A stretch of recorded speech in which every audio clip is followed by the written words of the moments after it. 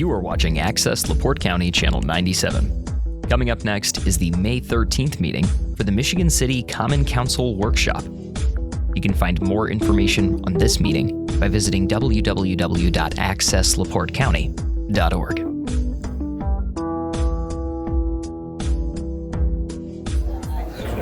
Hello.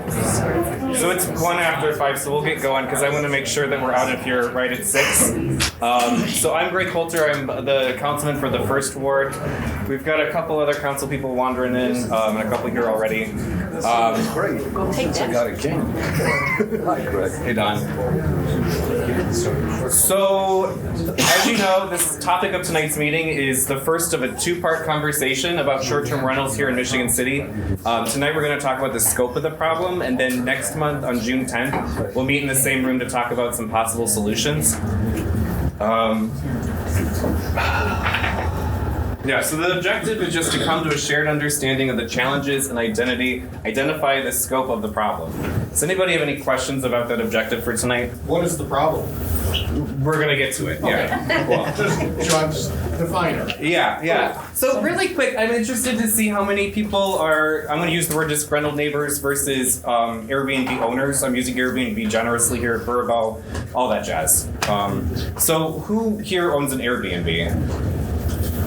I thought it'd be about half the room. That's pretty cool. And then who here just lives close to one and is worried about them? A little bit more. Okay. So, did everybody who wants a paper agenda grab one? Otherwise, they're at the front of the room. Awesome. So yeah, like I said, we're going to go through a quick introduction, just talk about some of the goals for today.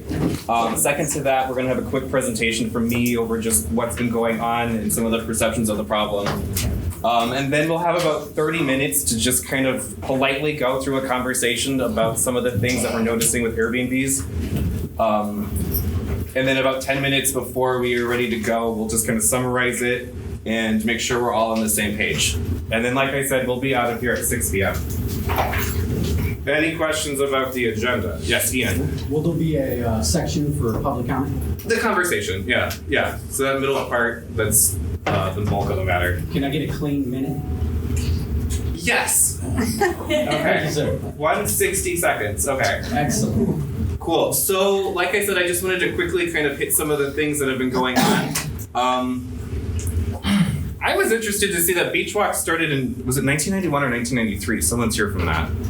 3. I wrote it down wrong in one spot. But Beach Walk is a really good example of Airbnb's short-term rentals done right. A nice little resort in the middle of Michigan City, contained.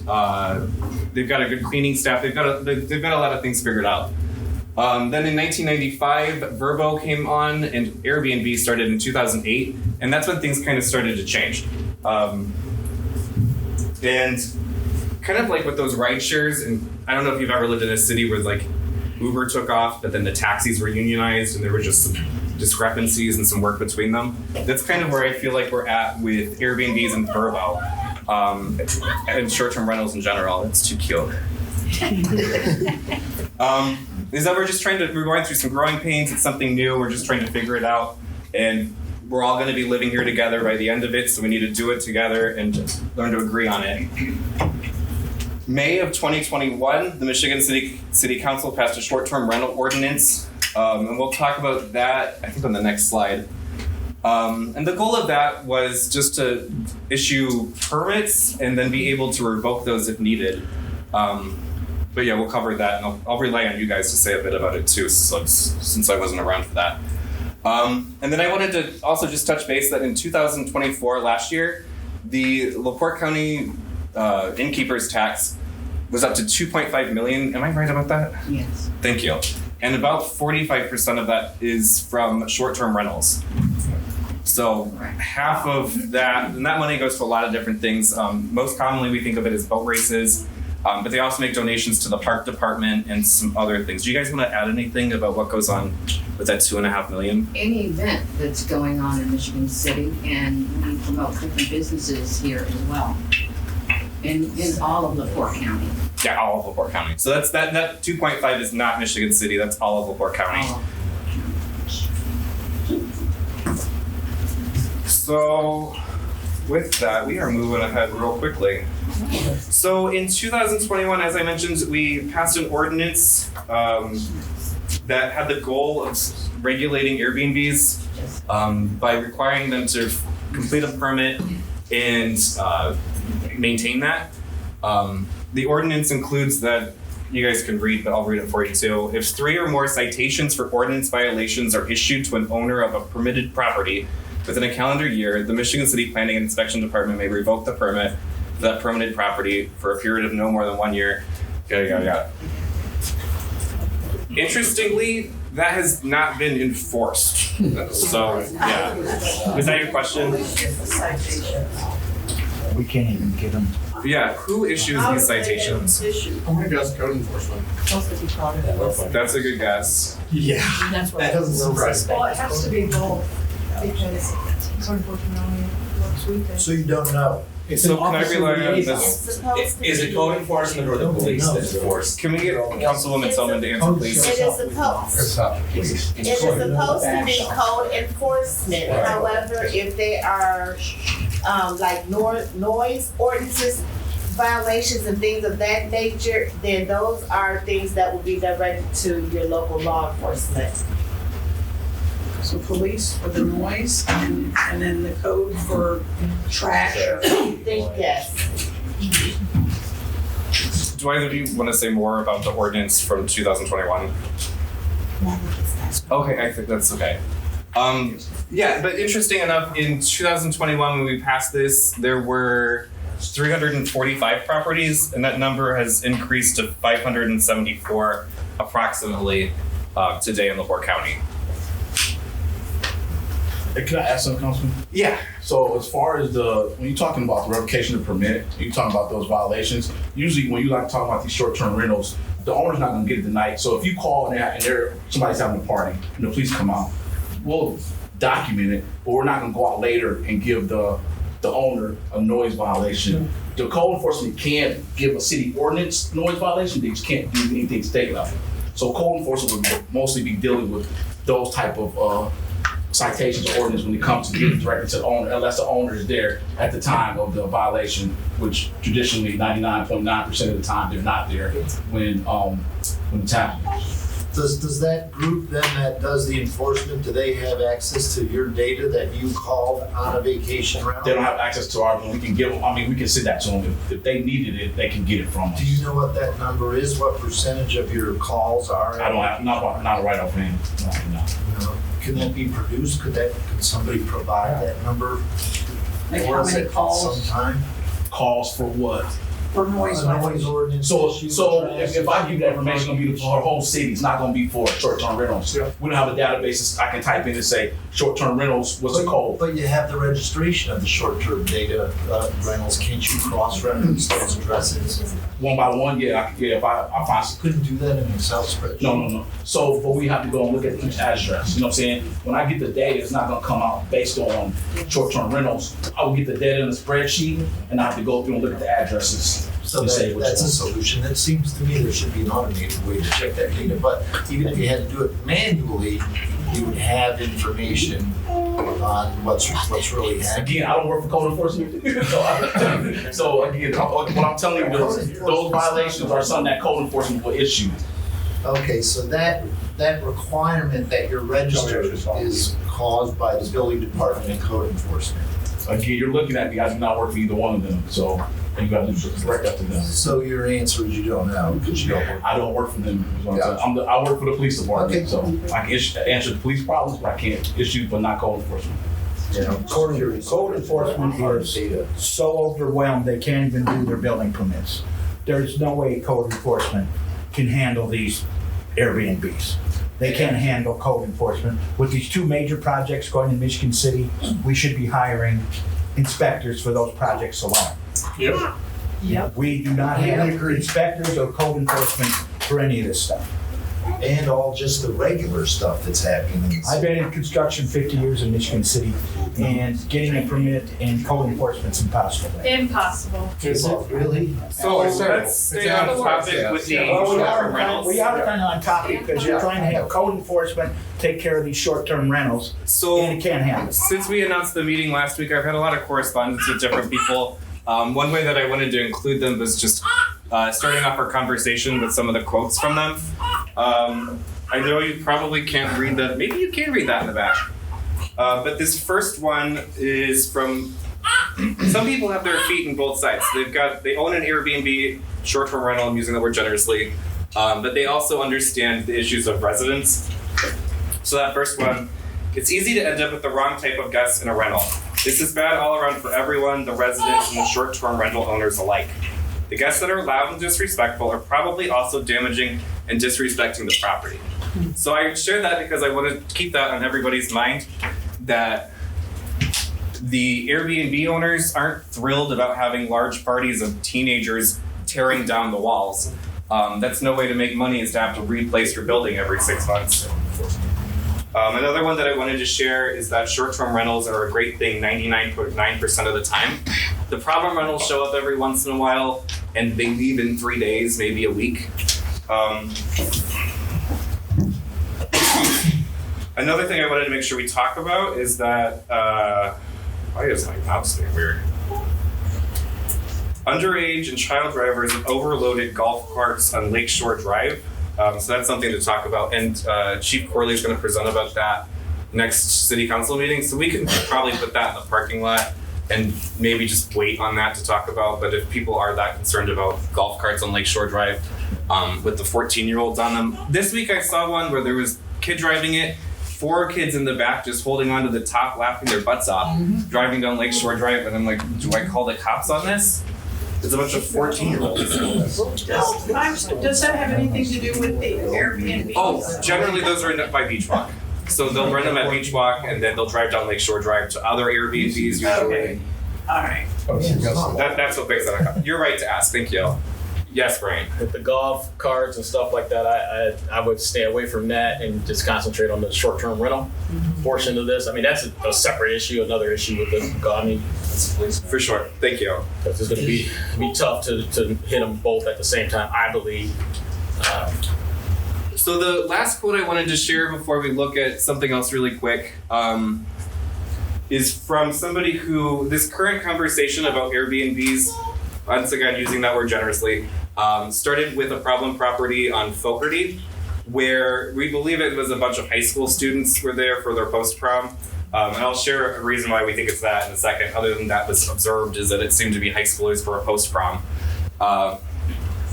So this one resident next to that property says that as a short-term property owner myself, I can definitely see both the drawbacks and the benefits. We depend on what we make from ours.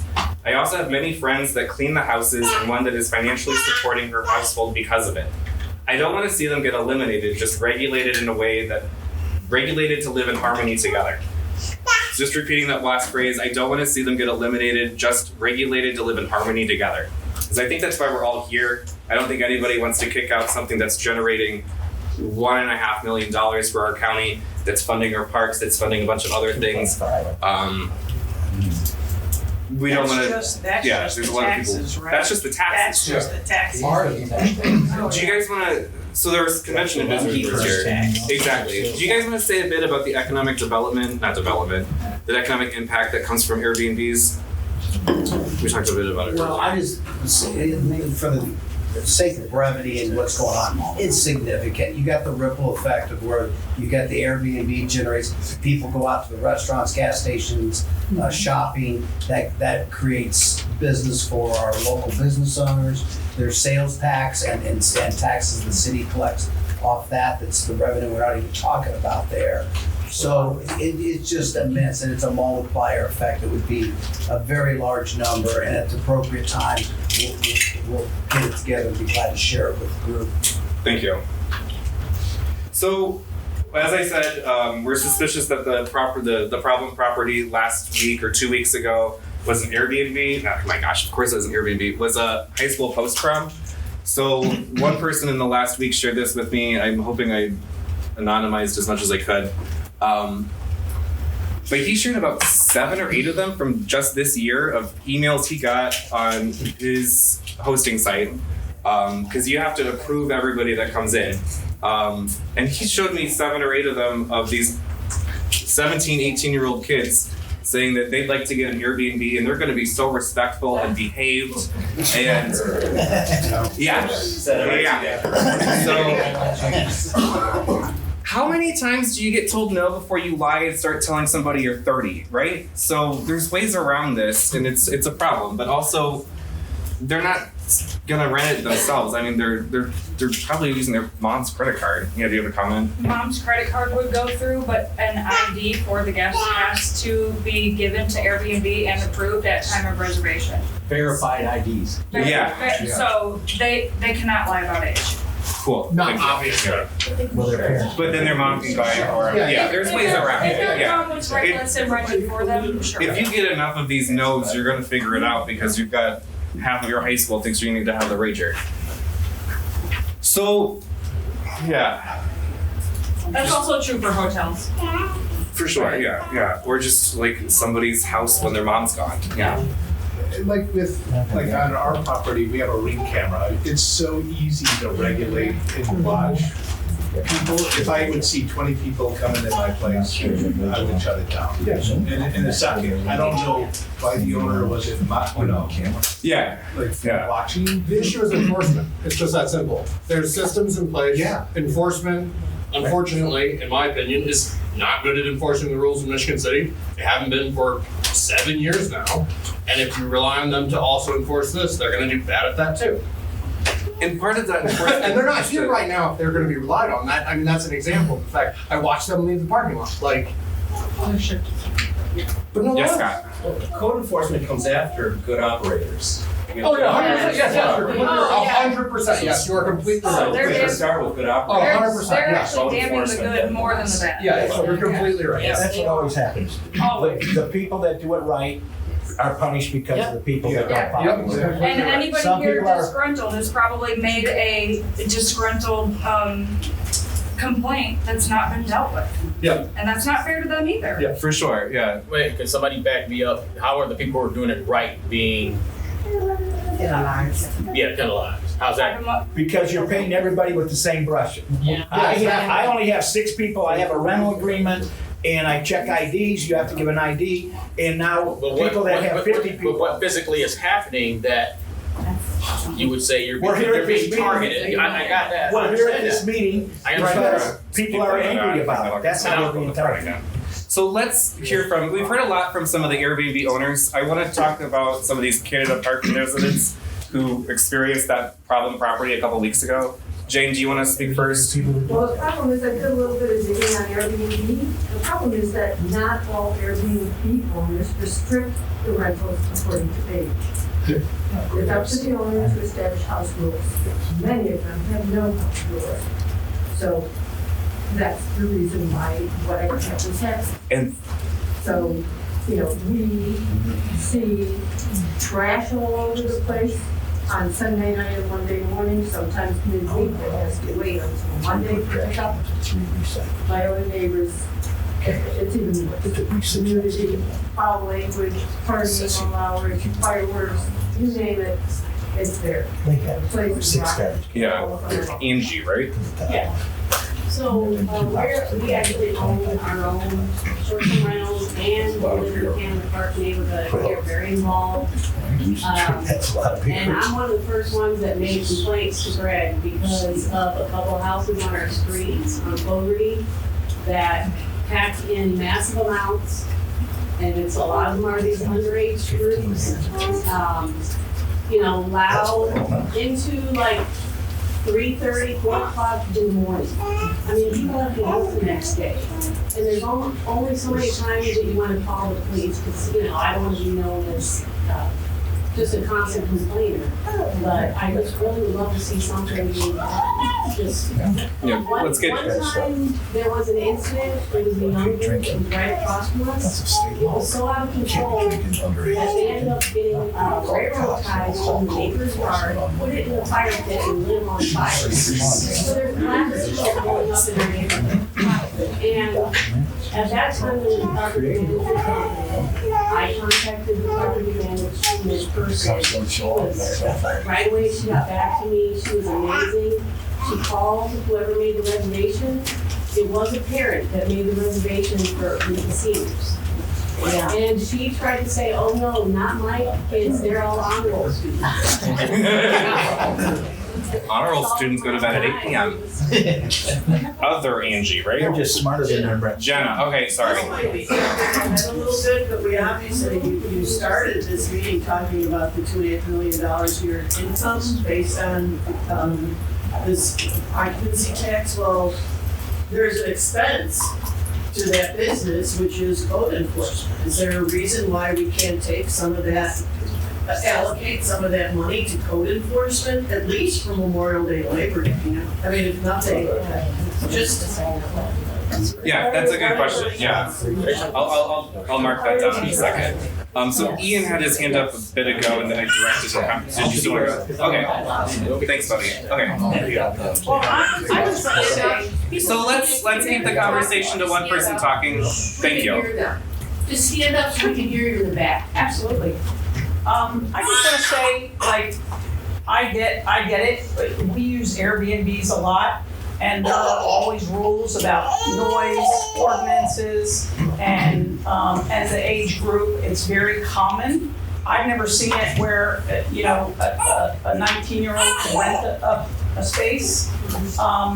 I find it interesting that these people who are very familiar with the problem know which properties are having the problem. Yeah. So it feels like, for me, why I'm here, Right. because it feels like what this gentleman said, you're gonna group it all, you're gonna create, problems for us to solve a known problem. And we attended a meeting about long-term rentals, and it was the same kind of thing. Exactly. We know what buildings are crappy. Yeah. And we know where the problems are. And the city take the money and get somebody to manage the problem, not, make extra work. And our taxes, after we registered, our taxes went up after we registered in 2021. Because the property was deemed differently, so when they said nothing will change, the property tax doubled the next year. And property tax is a county issue, so that's not, that's not for Michigan City. No. It was because of registering as an Airbnb that it became a county issue, and they said no longer are you taxed this way, you're now gonna be taxed this way because you're because it was different. Yeah. Okay, that's similar. Without somebody saying, hey, by the way, your taxes are gonna go up significantly. So here in the, one second. So the man in front of you had a comment first.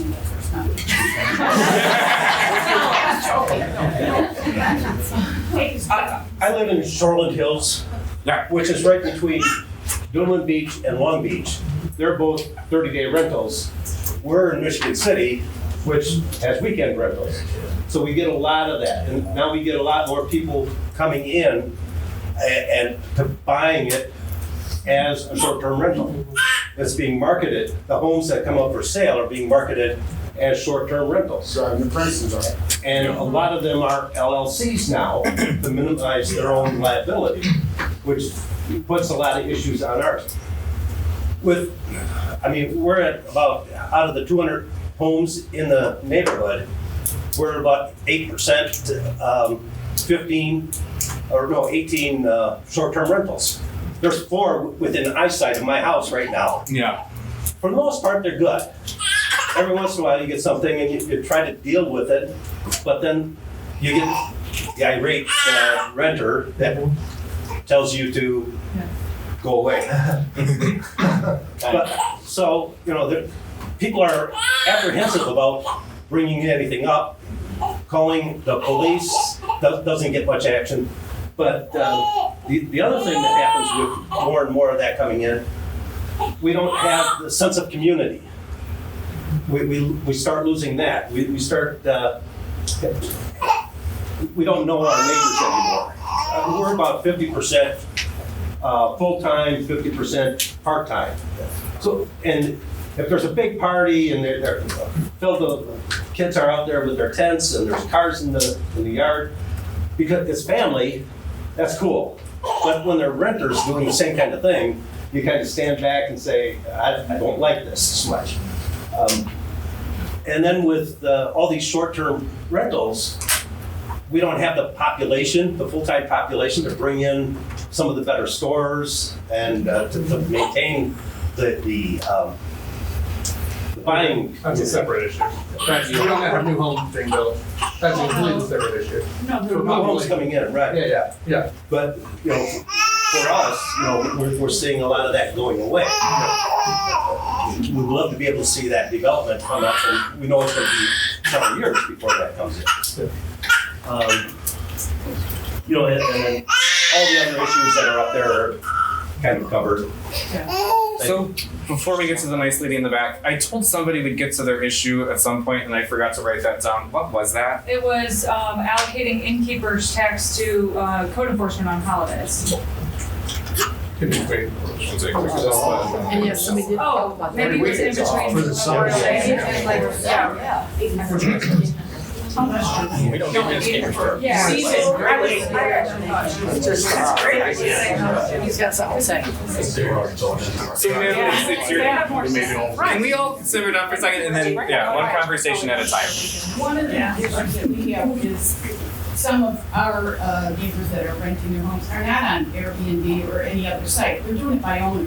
And it's really hard then to get them to respond.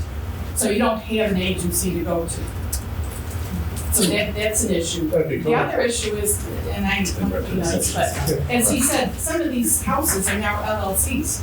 I'm sorry, but it's commercial. Are we not in a R1 residential area? How can you be running a business in an R1? So they want us to change zoning. You could put it in a trust and hide as well. There's a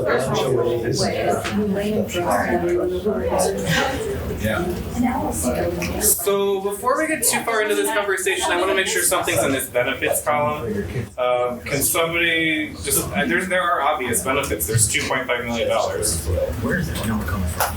Tourism. The Tourism Bureau. One of the That's what they benefits, get. From the county treasurer, That's what they get. Yeah. Because it doesn't come into the general fund for us. No, that's the county. People are saying just to take that money and then push it out to pay code enforcement. Did you ask But then come for to the us. benefits? Do you want us to? We have none. Could I get one or two? Yeah. We Just some obvious ones. personally remodeled dilapidated tear down homes that are now the. Us too. That's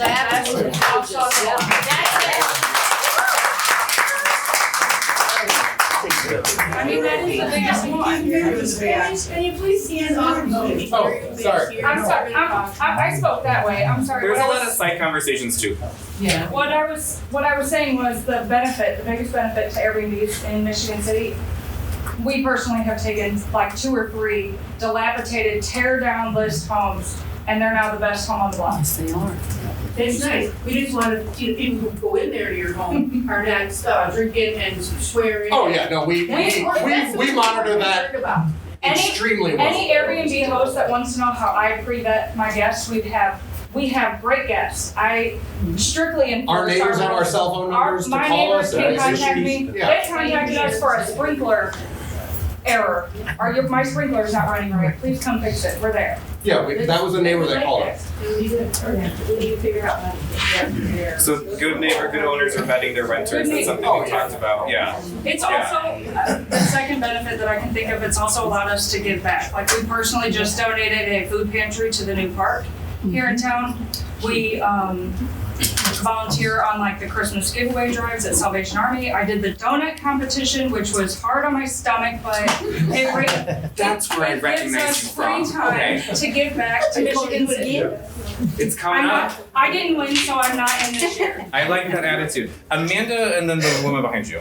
So I guess my biggest question is because my personal home is over in Memorial Park neighborhood, and I have 5 Airbnbs in my neighborhood.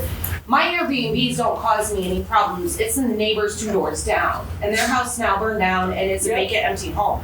That's the problem in my neighborhood. Yeah. So is it specifically a neighborhood situation? Is it specifically, like, I'm just asking, like, is there certain neighborhoods that are more high problems than other neighborhoods? Because I have a rental on the west side, and they're long-term rentals, and they're great renters. I take care of it. The neighbors know who I am. Like, I don't do short-term. So I'm just saying, like, from my own personal house, I have fine behind sight, and we don't have any problems for the neighbor 2 doors down. Short term is a whole different deal. Short term is another game. That's our problem. But that's what I'm saying. I have 5 It's within eye distance, and I've never had a call cost. The trash is taken care of, the grass is cut, the houses are being maintained, they're being upgraded in my neighborhood. My housing value's going up. All the houses we're doing great in our neighborhood. So Amanda, yeah. So Liberty Trail area, that's awesome stuff. But like over in like Canada Park, Sheridan Beach, So there what could be I like guess my several point is, Airbnbs as on a the block. whole, as Michigan City as a whole, Yeah. what are we trying to do? What are we trying to do for landlords? What are we trying to do for housing value? How as a city we're back to the conversation, we're punishing the whole because of a few. It's not punishing. It's not punishing. It is punishment from a landlord standpoint, for somebody who's trying to whatever. Right, but, so we're gonna try and enforce more on landlords and. Amanda. So I'm just trying to figure that out. The goal right now is to talk about some of the problem properties of renters. So Right. like But before you what got I'm in saying here. as the standpoint is, so the things you're trying to do to eliminate things, are you making it hard for everybody? We don't know yet. We're just here, it's a listening session today. Today's just talking about what's going on. So one of the things we needed to say before you got in here was just these post-prom kids get here and they're determined to burn the world down. And that's kind of the topic today. So we don't have any solutions, we're not figuring anything out yet, we're just talking about the problems. But that's what I was just trying to figure Alright, out. so, and then could you stand up when you talk too, Yeah. please? Thank you. Another one of the benefits too is I have friends within that have, a lot of it is midterm rental sites, but sometimes it is short-term rental sites. They rent to a ton of people that are working at the area hospitals. X-ray technicians, nurses, even doctors and surgeons that come in. I mean, typically they have a 3-month contract, so they try to use the other sites that are slightly longer, but a lot of people on Airbnb will offer a monthly discount, so they'll do that instead. Exactly, so that, it's the short term. I realize that, but they're using short term, and so the people that are renting to these people at the hospitals are gonna face the same, whatever happens with regulations. They're just not complying with the ordinance. I'm just giving a benefit. That are renting these places, the bachelor parties, the wedding showers, this is the problem we're having. Right, Not whatever you. regulations come into play are gonna affect everyone, and all I was doing was giving. If you're not doing it, you're wrong. If you get a 3-bedroom So one house, you person shouldn't talking be at a time, okay? advertising I was just that giving it a bullet sleeps for a 20 benefit. people. What do you think that's not? We've got the woman in the back, and then there was someone over here, and then we'll get to the person in the middle. May I just suggest that if there's a short-term rental property, there'd be a management company or somebody to call, so if a neighbor sees an issue, instead of calling the police, there's maybe the number of the manager of the property. It doesn't work like that, they don't give them, we gotta buy everything. That's what I'm suggesting though. We may not have that now, but if we had something that was, kind of, I have a short-term rental, I have short-term rental properties, I also have long-term rental properties. And if we had the property manager listed on the front of the building, let's say, and you were a neighbor, you could then call this number. Well, they might not always respond, but I think it's like, would be more better than not having the I information can tell you available. that I've contacted the owner of the houses that are across from us multiple times. They always get back to you right away, and they're always very nice, but the problems continue. But then you could report them to the city as you are now. I mean, That's what we're trying to do, that's why we started this. That was my suggestion. Thank you.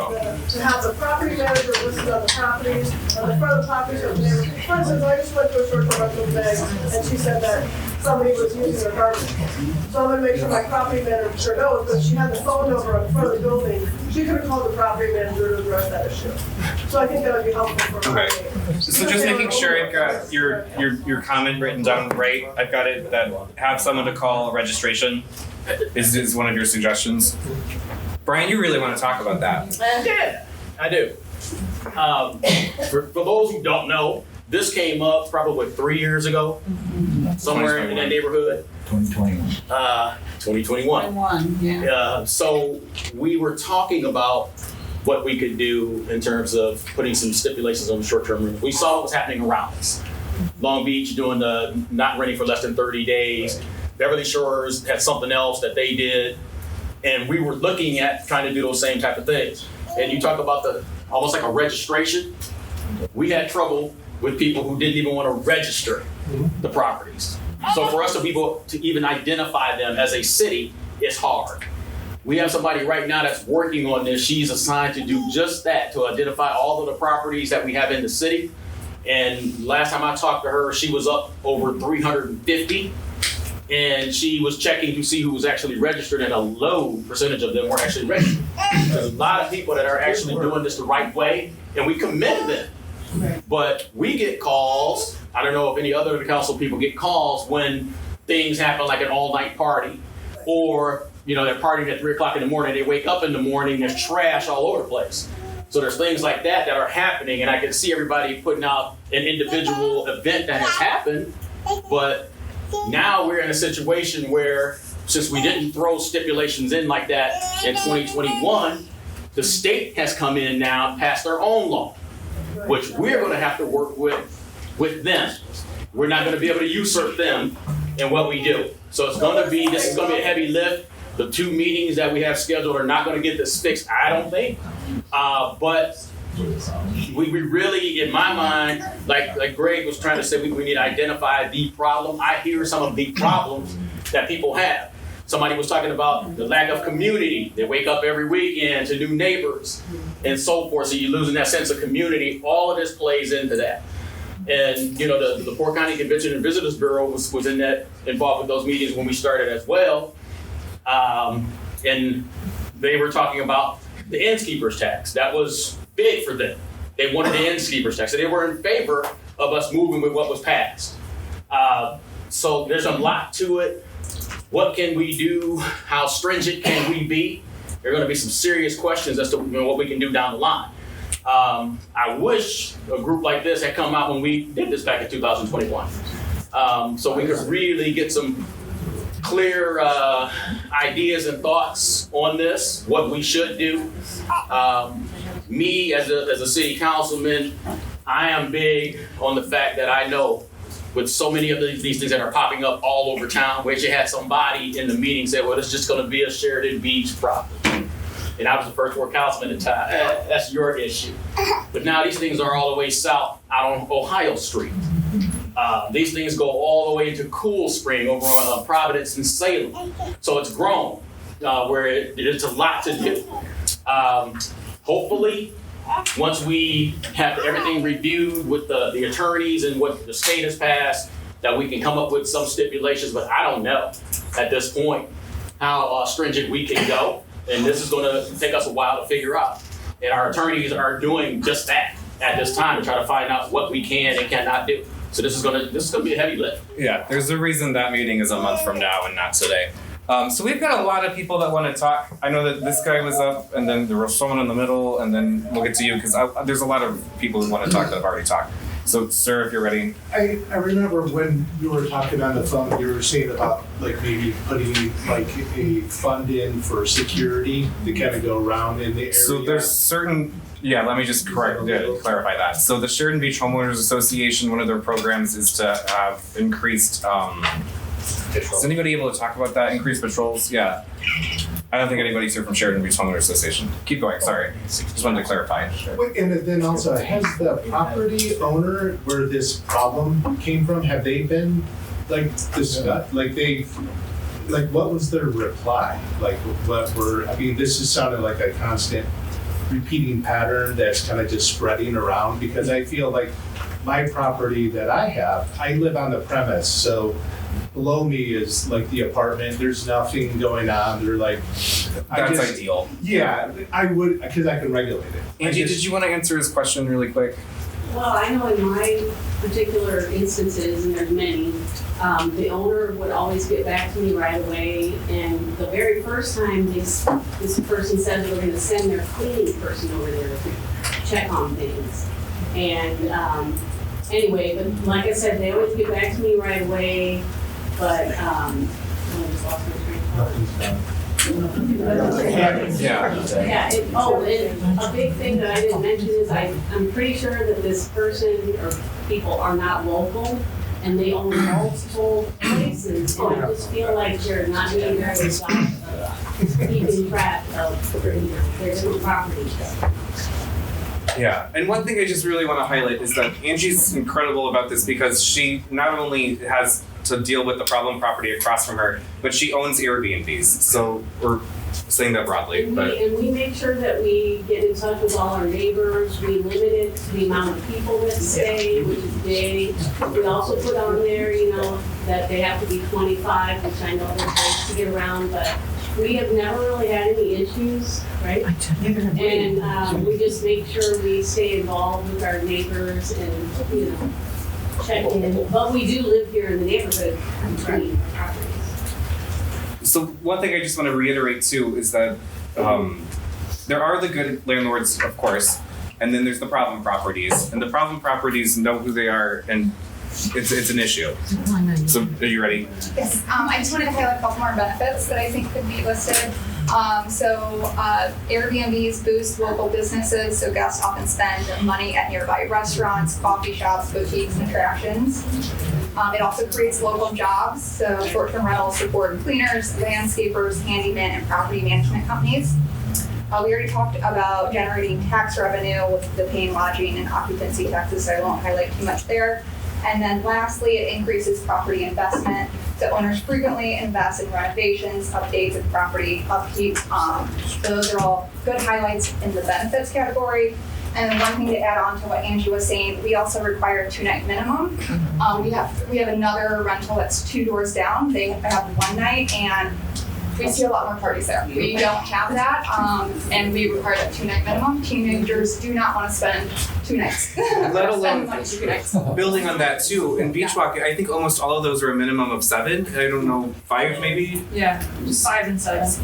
Large generally. Depends on the season. Depends on the, okay, yeah. Depends on your season. So she just walked right into a possible solution to things. I like that solution. A 2 day versus a 1. I mean, she just walked right into it. So I'll take a note. 5 or 7, yeah.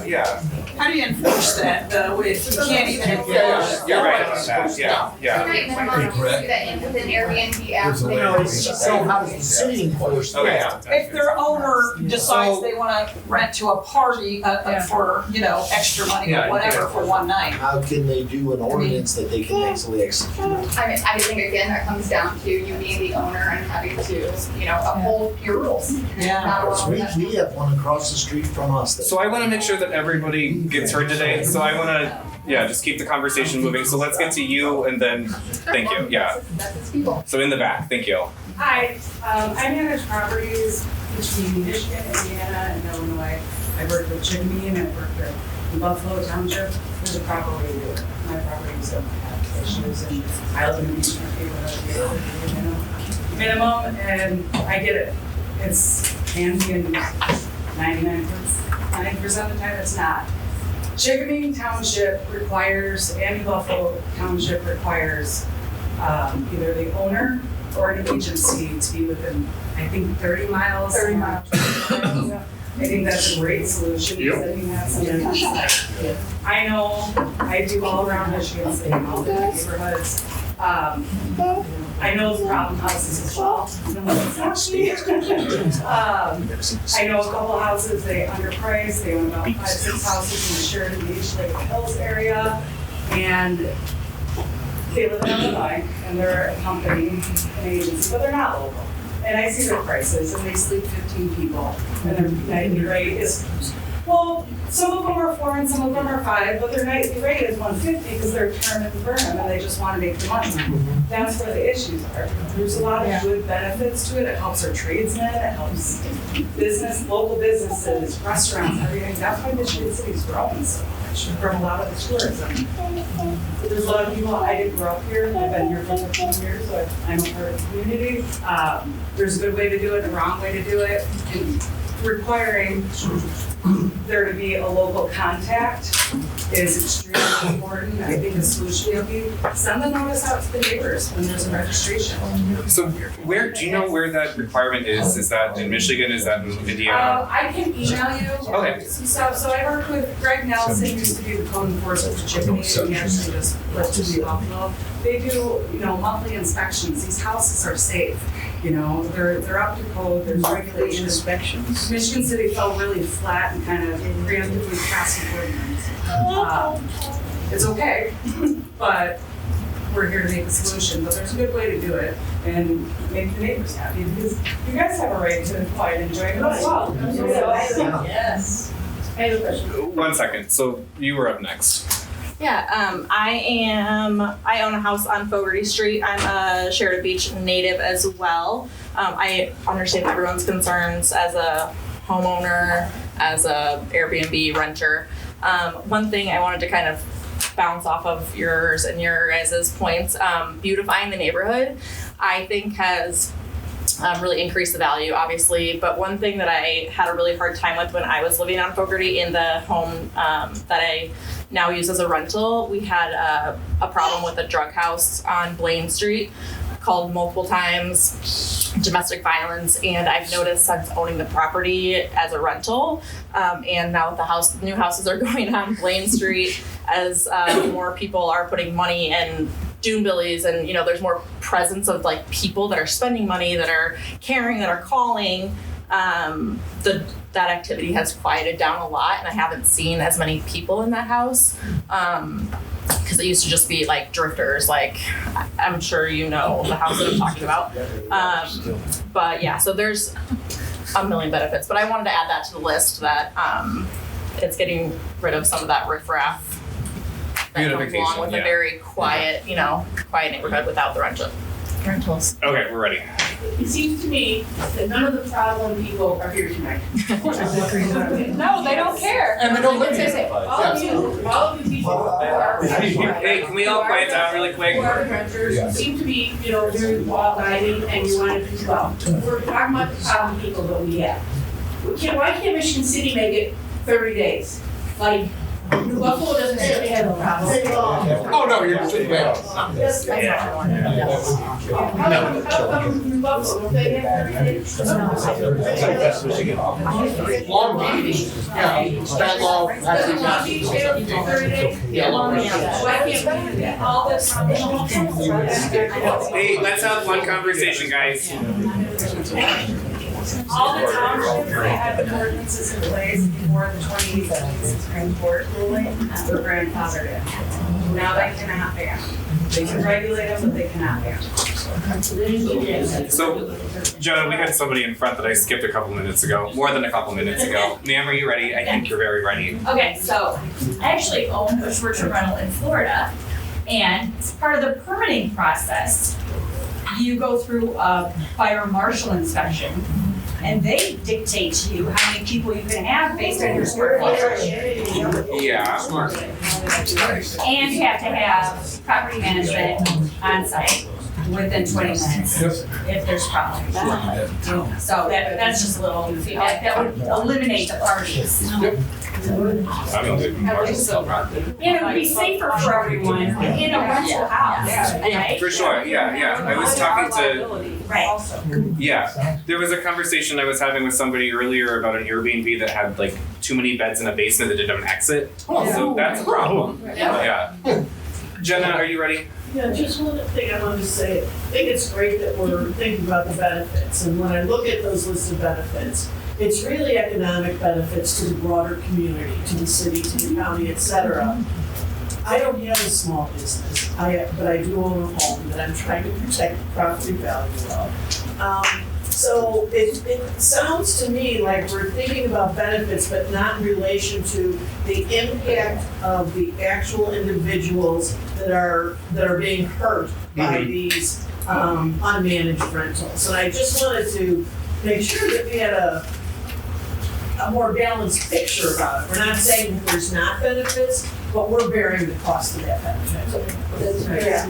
Right. And what about also other drove up benefits as well? property values greatly. Especially in Canada. Safety. Do you want to stand up and say that again? As long-term residents of Michigan City, our taxes keep going up, and we're senior citizens now. And so what's there to protect us? You know, nothing. From taxes going up, is that what you're wanting to be protected from? Of course, Yeah, yeah. I I'm own with my you. house since 1989. Yeah. So we've got Where's our safety net? So we've got 2 more comments, and then we're gonna. Ian, did you still need to talk? Sure. Okay. So we've got 3 more comments, and then we're gonna start wrapping it up a bit. Let's go with the gentleman in the back, and then the woman in front of him, and then I guess we'll end with Ian.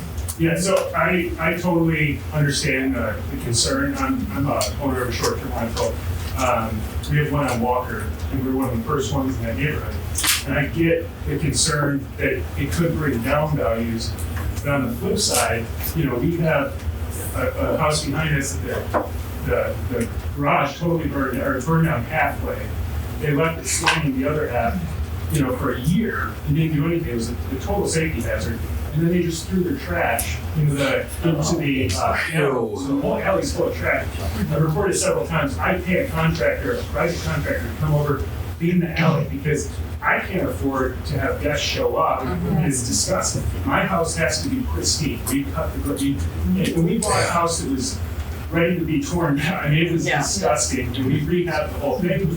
Property values in that neighborhood have gone up a lot. So there's been a huge benefit to fixing up some of these properties that are in really big disrepair. And then we maintain them because we have to. If we don't get good reviews from our guests, we're out of business. So, we need to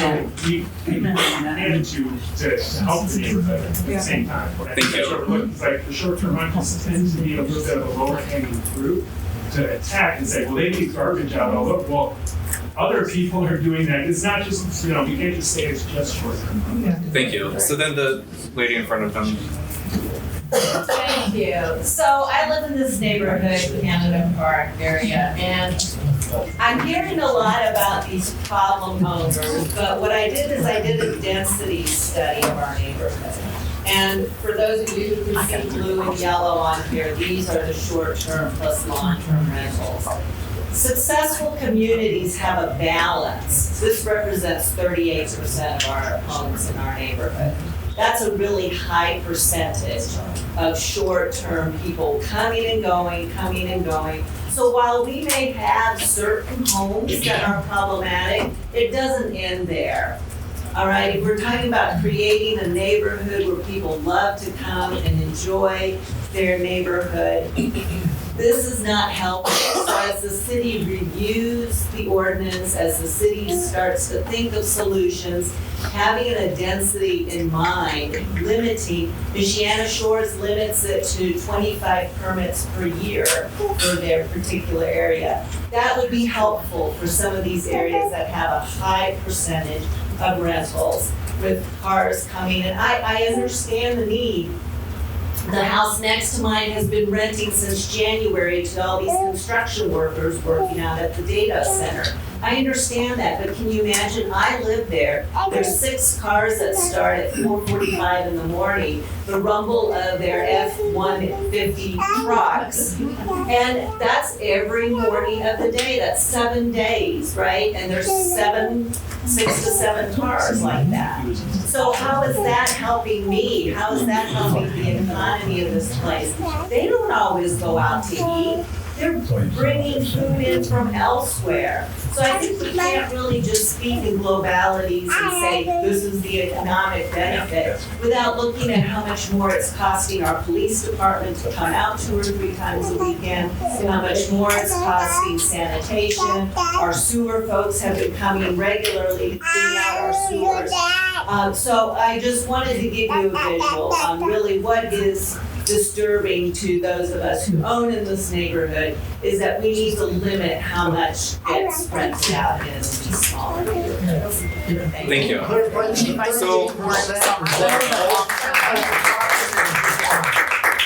So we've got about 5 minutes left. I want to make sure that Ian has a chance to talk, and then I want to make sure that I get a chance to finish off the meeting. So Ian, are you ready to talk?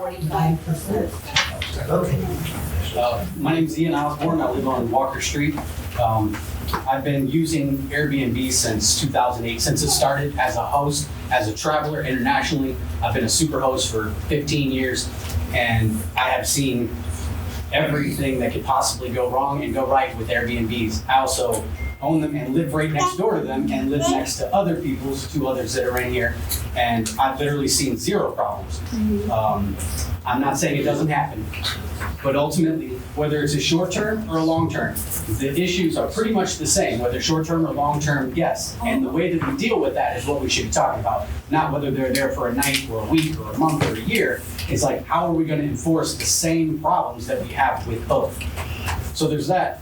I think to the point of having a large density of Airbnbs, when you have a large density, 3 years ago, we were doing all right. There were maybe 2 on our block. Now there's like maybe 7. Well, 3 years ago, we were doing really well. Last year was worse. This year is worse. The bookings year over year are getting less and less. Supply and demand is what changes the market. So everybody heard from their buddy how well they're doing, and they're like, oh great, I'm gonna make all this money on Airbnb at 80% occupancy at $100 a night.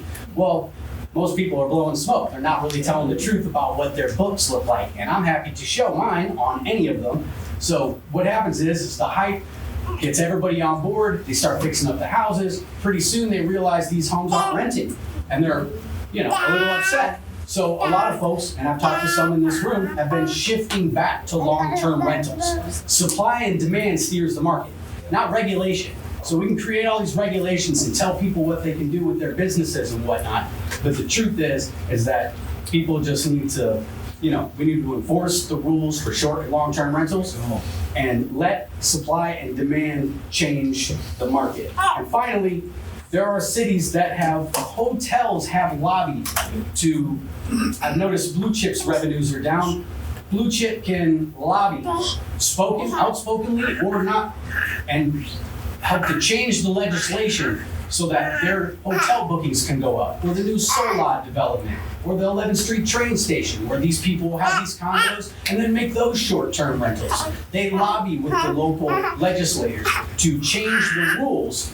And then places like New York, San Francisco, Los Angeles, Amsterdam, and Berlin, Germany have absolutely banned Airbnbs. And finally, I'll cap it with the Federal Trade Commission primarily polices anti-competitive behavior in the private sector. But the agency also challenges public restraints or government policies that limit competition and drive up prices.